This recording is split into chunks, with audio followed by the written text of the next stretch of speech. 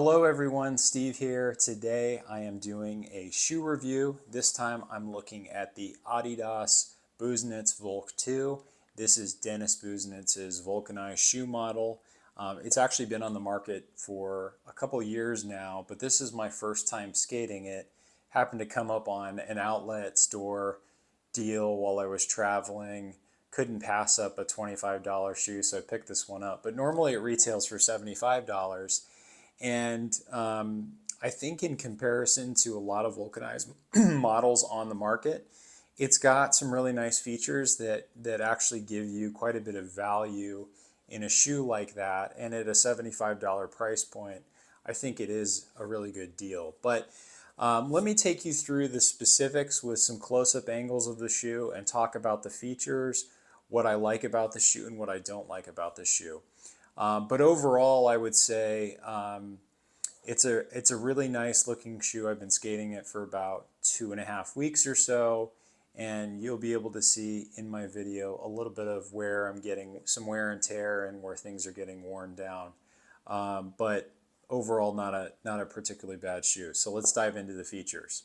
So the first thing that I want to showcase here is the toe box area. And as I said before, pretty standard vulcanized construction where you've got some wrapping around the toe area to reinforce the rubber and give you a little bit more flick, and you can kind of see how that's wrapped up to the actual sole itself.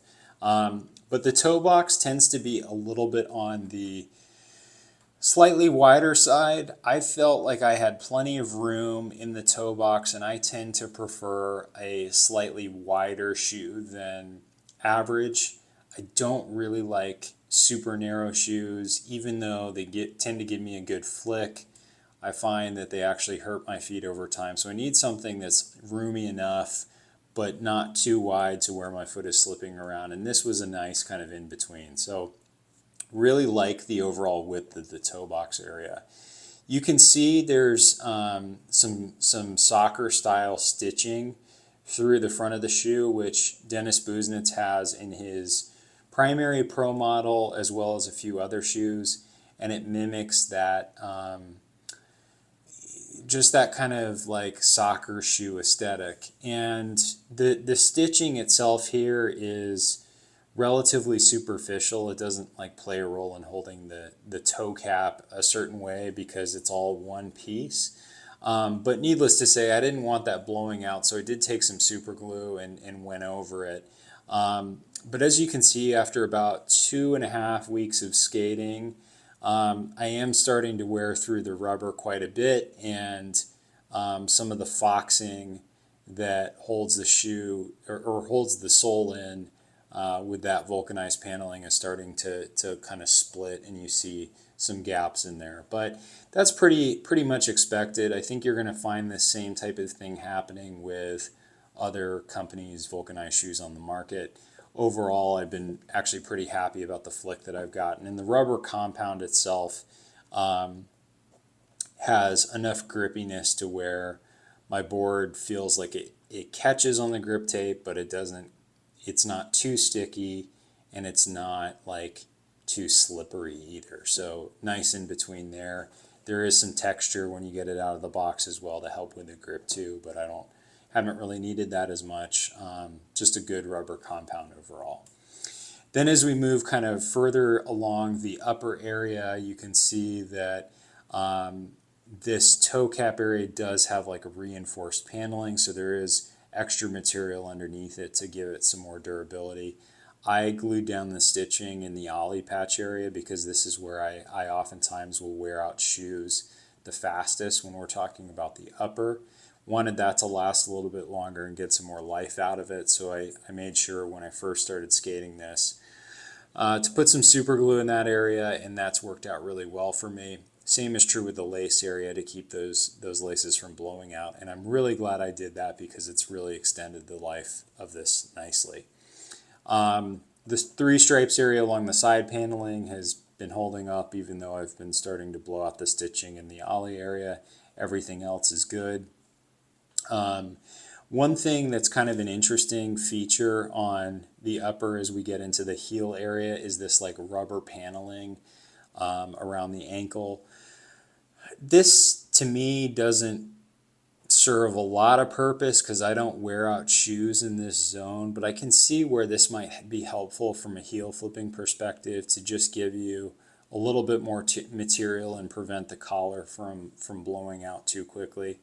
So that kind of adds some nice elements to it. But I think the main kind of takeaway as far as the upper is concerned is the fact that you do get some padding around the collar area and ankle as well as in the tongue. So it's not a lot of padding, but you can kind of see where there's some foam in there. It gives you enough protection without feeling like it's too much or it's like too fat or thick. So I really like that aspect of it. I think this is kind of a nice in between, and frankly, if all shoes did this, I would not be upset about that at all. I think for me anyway, this is the perfect amount of padding in a shoe. A couple other things that are kind of nice about this, and I should say that this material is all suede, and then the sole paneling is obviously going to be rubber. The back heel area, and I'll back up a little bit right there. That's just a kind of a full grain leather in that section there. I think it's just more from an aesthetic perspective. It doesn't really, obviously you're not going to really wear out your shoe there, but it does feel nice to the touch. And the 3 stripes as well are full grain leather. But other than that, it's a relatively simple shoe. Couple other things to point out, like the lacing system actually allows the laces themselves to sit a little bit lower than the actual material itself. So I don't know if you can see that, but these first 3 laces actually have kind of a groove in them to keep your shoes a little bit more protected, or keep your laces a little bit more protected, and allow the wearer to hit the upper before it hits the laces. So those of you who don't like constantly blowing out shoelaces, this does add a little bit more strength to that area.